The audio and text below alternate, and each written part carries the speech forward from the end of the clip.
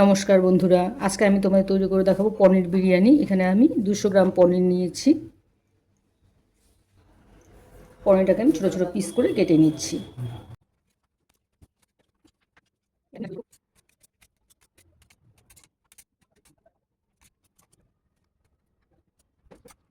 একদমই ছোটো ছোটো পিস করে পনিরটাকে কেটে নিয়েছি।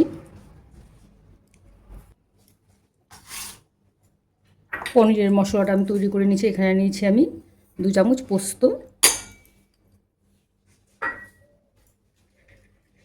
আর নিয়েছি শুকনো লঙ্কা আর কাঁচা লঙ্কা মিলিয়ে, কাঁচা পাকা লঙ্কা মিলিয়ে 5টা লঙ্কা, আর অল্প একটু আদা দিয়ে দিচ্ছি এখানে।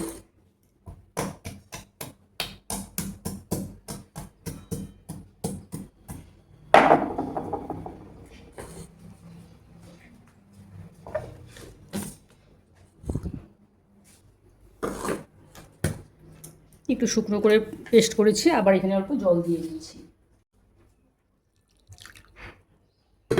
অল্প জল দিয়ে আবারও পেস্ট করে আনবো।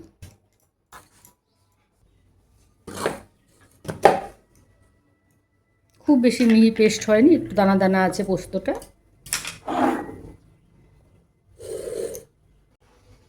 পনিরটাকে আমি ভেজে নিচ্ছি। সাদা তেলের মধ্যে পনিরটাকে আমি ভাজবো।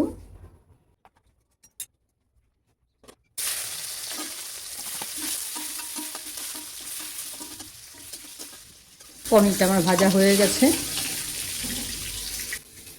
এখানে আমি নিয়েছি কিছুটা গরম জল। গরম জলের মধ্যে আমি 1 চামচ নুন দিয়ে দিচ্ছি,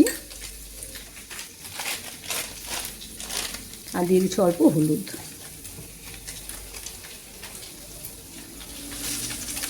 এর মধ্যে আমি ভাজা পনিরটাকে নামিয়ে নিচ্ছি।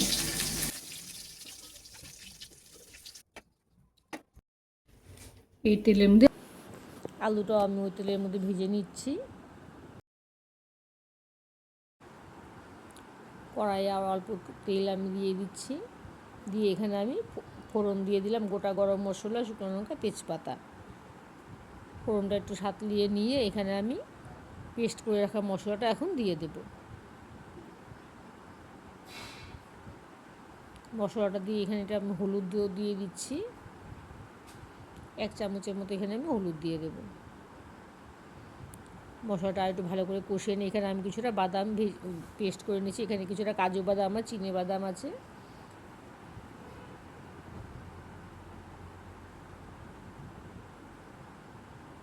পেস্ট করা কাজু বাদাম আর চিনি বাদামটাকে একটু গরম জল দিয়ে আমি এখানে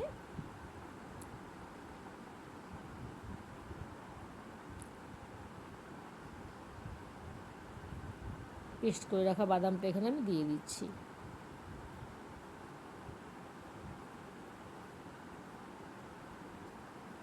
বাদামটা দিয়ে একটু ভালো করে কষিয়ে নিচ্ছি। আর এখানে নারকেলের দুধটাও আমি একটা শুকনো কাপড়ের মধ্যে ছেঁকে নিচ্ছি।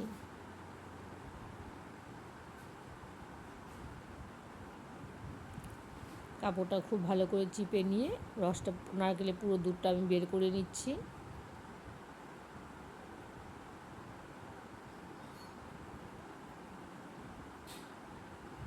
এখানে মশলাটা আমার কষানো হয়ে গেছে। খুব সুন্দর একটা গন্ধ আসতে শুরু করেছে। এখন আমি এখানে নারকেলের দুধটা দিয়ে দেব। তার আগে তো ভাজা আলুটা দিয়ে দিলাম।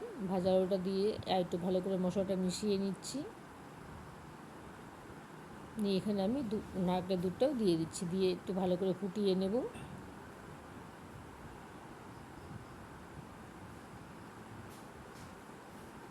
এখানে অল্প আমি নুন দিয়ে দিলাম।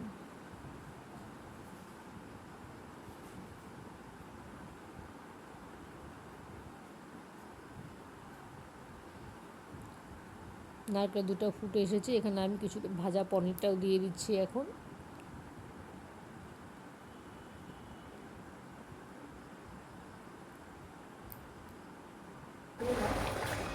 পনিরটা ফুটে উঠেছে একদম, দেখো। এখন আমি এখানে 2 চামচ চিনি দিয়ে দিচ্ছি। 2 চামচ চিনি। পনিরের তরকারি একটু মিষ্টি মিষ্টি ভালো লাগে। পনিরটা একদম রেডি হয়ে গেছে। এটা একটু গ্রেভি সমেত নামাবো আমি। এখানে আমি একটু গরম মশলা গুঁড়ো দিয়ে দিচ্ছি। গরম মশলা। পনিরটা আমার রান্না হয়ে গেছে। পনিরটাকে আমি নামিয়ে নিচ্ছি। এখানে গরম দুধের মধ্যে আমি একটু কেশর ভিজিয়ে নিচ্ছি। গরম দুধ নিয়েছি, গরম দুধের মধ্যে আমি একটু কেশর ভিজিয়ে নিচ্ছি। বিরিয়ানিটা আমি তৈরি করবো কড়াইয়ের মধ্যে। এখানে প্রথমে আমি একটু ঘি দিয়ে দিচ্ছি। তাই কড়াইয়ের মধ্যে আমি দিয়ে দিচ্ছি অল্প ঘি। ঘিটা ভালো করে চারদিকে ছড়িয়ে নিচ্ছি। এর ওপরে আমি আলুগুলোকে সাজিয়ে নিচ্ছি। আলুগুলো তুলে দিয়ে দিচ্ছি প্রথমে। আলুগুলো একদম নিচে দিলে ভীষণ ক্রিস্পি হয়, খেতেও ভীষণ টেস্টি হয়।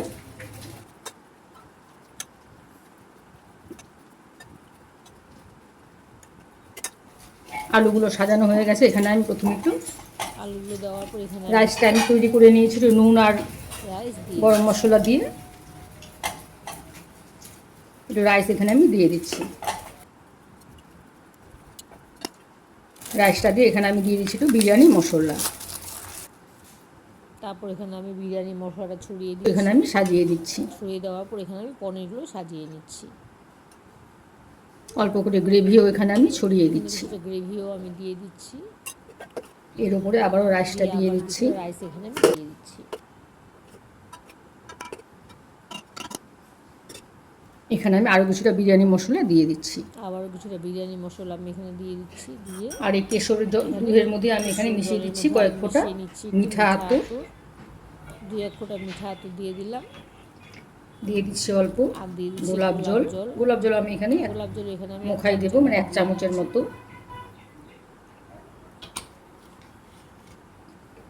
আর দিয়ে দিচ্ছি এখানে কেওড়া জল।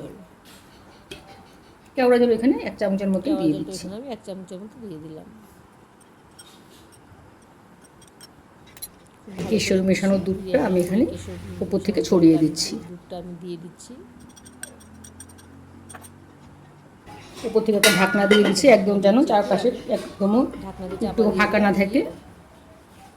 এখানে গ্যাসের মধ্যে আমি একটা তাওয়া বসিয়ে নিয়েছি। তাওয়াটাকে একটু গরম করে নিয়েছি। এর উপরে বিরিয়ানি কড়াইটা আমি বসিয়ে দিচ্ছি। 30 মিনিট লাগবে বিরিয়ানিটা হতে। বিরিয়ানি দেখো আমরা একদম রেডি হয়ে গেছে। প্রায় 30 মিনিট সময় লেগেছে। একদম কম আঁচে আমি বিরিয়ানিটা করে নিয়েছি। বিরিয়ানিটাকে আমি সার্ভ করে দিচ্ছি।